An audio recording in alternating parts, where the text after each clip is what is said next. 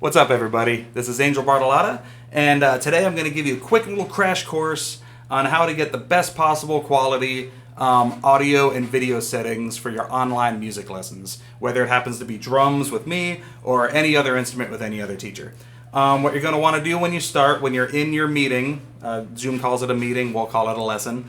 When you're in your meeting, in your lesson, you're going to go down to the bottom of the screen here, right where the little microphone is. You're going to click that little arrow, and you're going to click on audio settings, all right? This is where it's going to tell you which speakers you're using and which microphone you're using. Most of you, I'm assuming, are going to be using your built-in speakers and microphone for your laptop or tablet or phone or whatever it is. I'm using a Yeti Nano microphone, you can see there. So basically just make sure that's clicked on whatever device you're using, okay? Down here, this is the important one, audio profile. You're going to want to make sure this guy right here, original sound for musicians, you're going to want to make sure that is checked off blue, as well as the 3 boxes underneath it. When Zoom started, it was made for meetings and families to be able to talk to each other and stuff like that. What it does is the automatic default setting, it removes all the background noise, which means creaking chairs, barking dogs, cars honking outside, anything like that. For some reason, Zoom thinks that musical instruments, especially drums, are noise. And in the beginning, they usually are. So what we want to do is make sure that Zoom knows that we are playing a musical instrument and not just making noise. So if you look at the top of the screen right here, you see that thing, it says original sound for musicians, it's off. That's the default setting.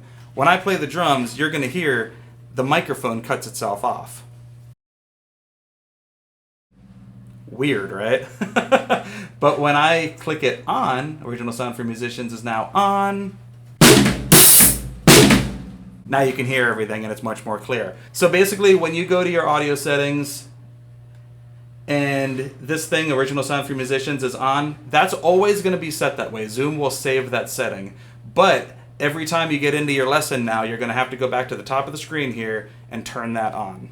Okay? Make sure that's always on. That way I'll be able to hear you, you'll be able to hear me, we're all good. As far as video settings go, you go in there, click video settings. These are things you don't have to do this, but it helps.